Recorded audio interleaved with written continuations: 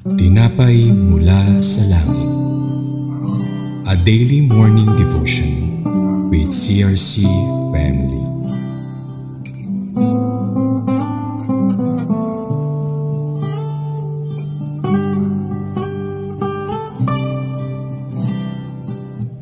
Sa pong mapagpalang umaga sa ating lahat. Ako po si Sister Ellen ng CRC Batangas Dr. Church. Ang salita po ng Diyos ay matatagpuan po natin sa Deuteronomy 24 verse 7. If a man discovered kidnapping any of his brethren of the children of Israel and making him a slave or selling him, then that kidnapper shall die and shall purge evil from among you.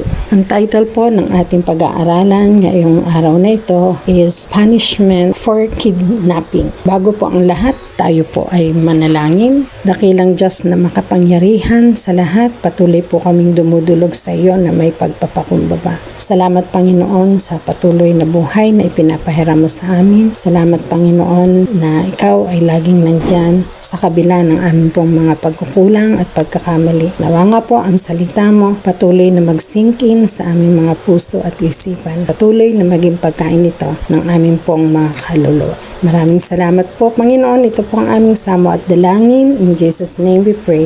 Amen. Ang Deuteronomy 24:7 po states that anyone caught kidnapping a fellow Israelites and treating or selling them as slave must be put to death. This law was intended to protect the Israelites from being enslaved by their own people. So it reflects what the importance of justice and the sanctity of human life in Mosaic law. Ang sabi din po sa salita ng Diyos sa Exodus 21 verse 16, sino mang dumukot sa kapwa niya Israelita upang alipinin or ipagbili ay dapat patayin. Sa ganitong paraan nyo aalisin ang kasamaang tulad nito.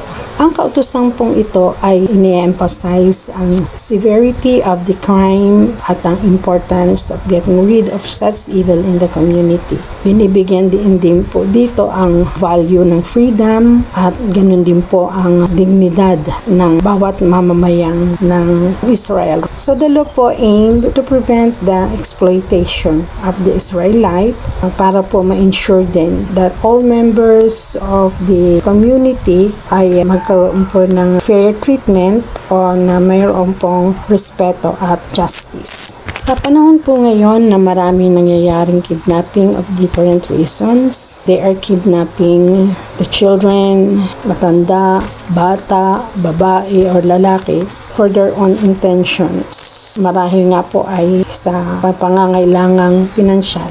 At sa mga nakidnap naman po, justices in the Philippines ay binibigyan naman po ng fair treatment or fair na justice ang mga taong nakidnap or pinaparusahan din po yung mga taong naging source of kidnapping or the kidnappers. So, at ngayon ay parehas pong meron pong treatment or ang law na kinakailangan po na talagang maparusahan ang mga taong nagkasala, lalo na nga po in terms of kidnapping. Yun lamang po sa pong mapagpalang umaga sa ating lahat at tayo po ay manalangin. Salamat po Panginoon sa araw na ito na tunay nga po na kidnapping these days are very rampant.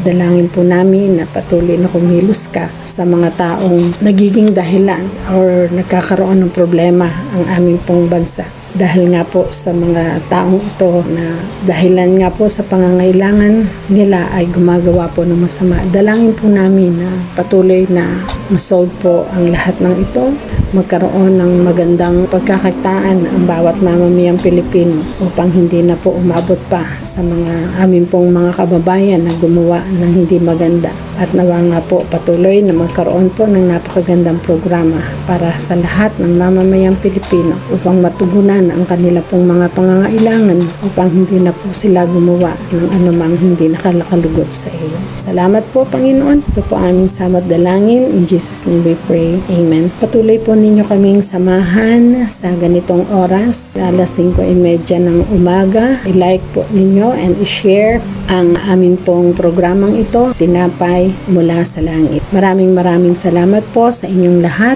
and to God be all the glory.